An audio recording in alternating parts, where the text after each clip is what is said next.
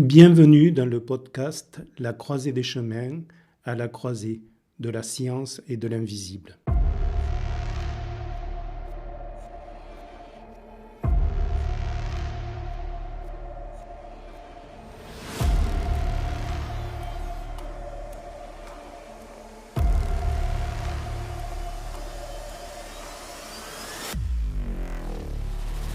Je m'appelle Franck Jean-Pierre Marty.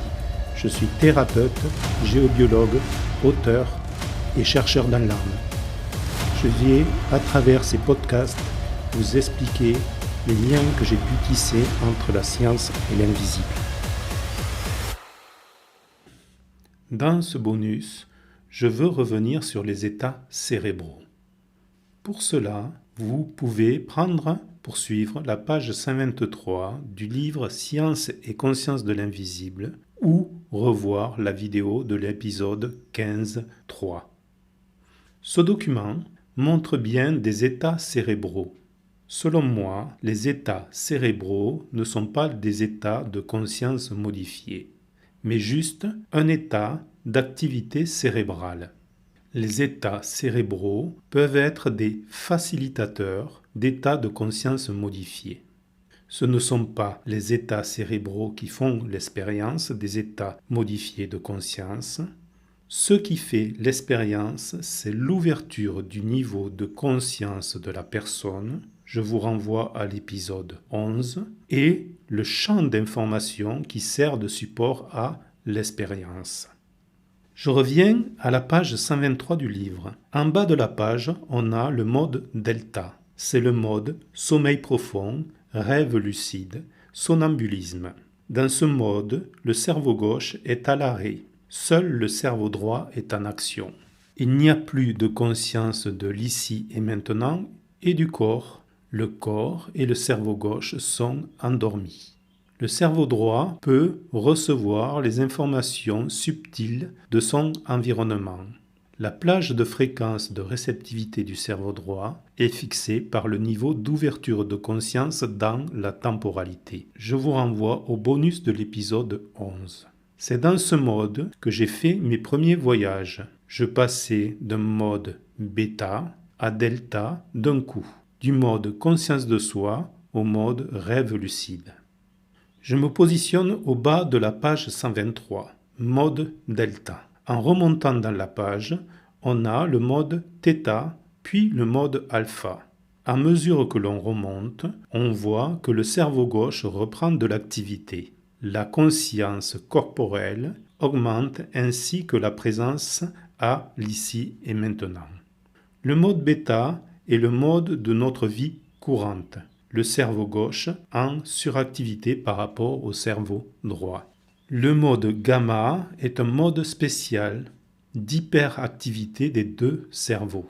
Il permet d'être dans l'ici et maintenant et aussi en même temps dans une autre temporalité.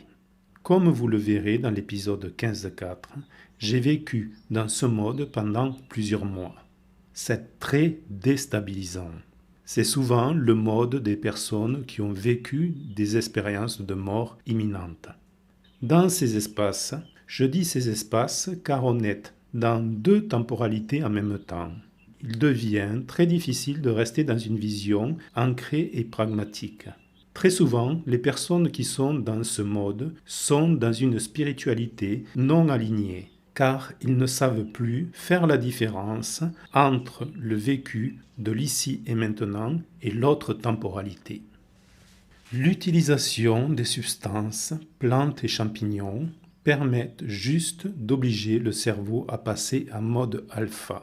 Ce n'est pas la substance qui fait l'expérience, elle oblige juste le cerveau gauche à passer sur off. Mais il y a des risques. L'expérience vécue sera fonction du niveau d'ouverture de conscience.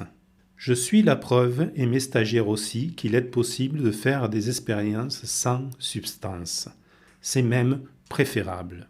Prendre les substances, c'est forcer pour dépasser ces limitations qui bloquent le voyage de l'esprit. Les limitations, ce sont les peurs et les croyances. Le danger de forcer, c'est de se retrouver face à ses peurs pendant le voyage et donc de vivre une expérience qui sera très déstabilisante psychologiquement. Je parlerai de cela dans l'épisode 15.4.